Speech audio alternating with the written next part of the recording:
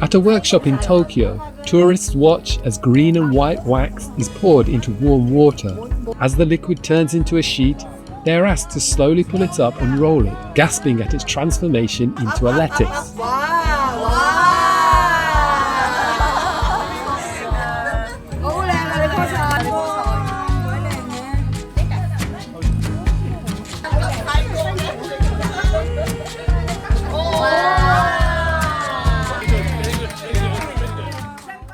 This is a typical scene of hands-on lessons offered to those interested in the Japanese art of creating food replicas, a craft which has evolved over 100 years and has attracted attention overseas.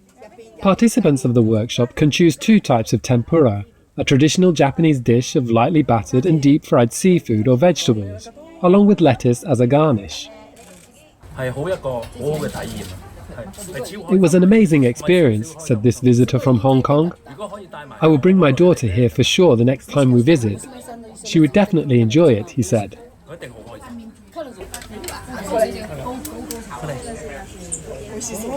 It's just like real thing.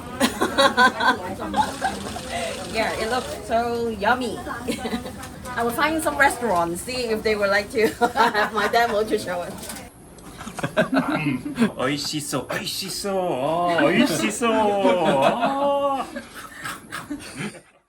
The lessons are offered by Iwasaki Group, believed to be the first to commercialize the production of food replicas in 1932. From window displays at restaurants to training tools for farmers and souvenirs, the food replica culture traces its roots sometime from the late 1910s to the early 1920s in Japan, when dining out became popular. Every day, this factory in Yokohama, operated by an Iwasaki Group company, bustles with 50 or so workers painstakingly crafting food replicas. The production process starts with real food, which is used to help the craftsman make a mould of each ingredient. Plastic resin is poured into the mould before being heated in the oven to form the basic component of each replica. This is a mould of a tonkatsu, or pork cutlet, said the factory manager. This one is the shape of a grilled fish. Then comes the painstaking work of colouring and adding the fine details to the food replicas.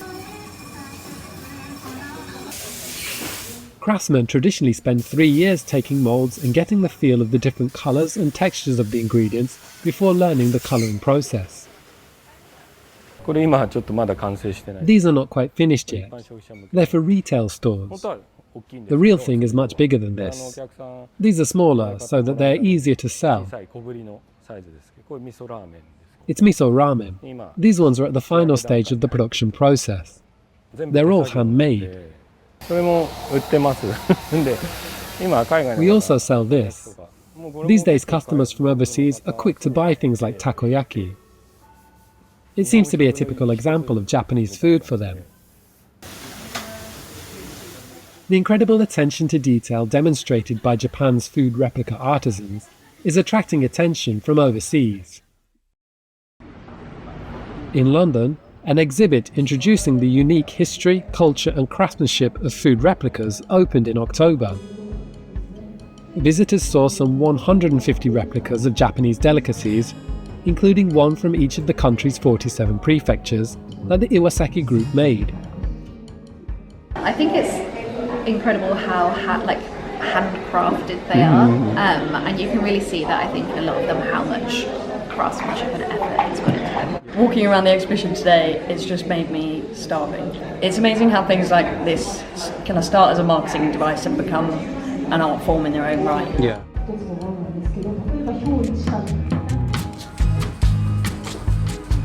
Back in Japan, tourists are flocking to the Iwasaki store in Tokyo to take home a food replica that for many looks too good to eat anyway.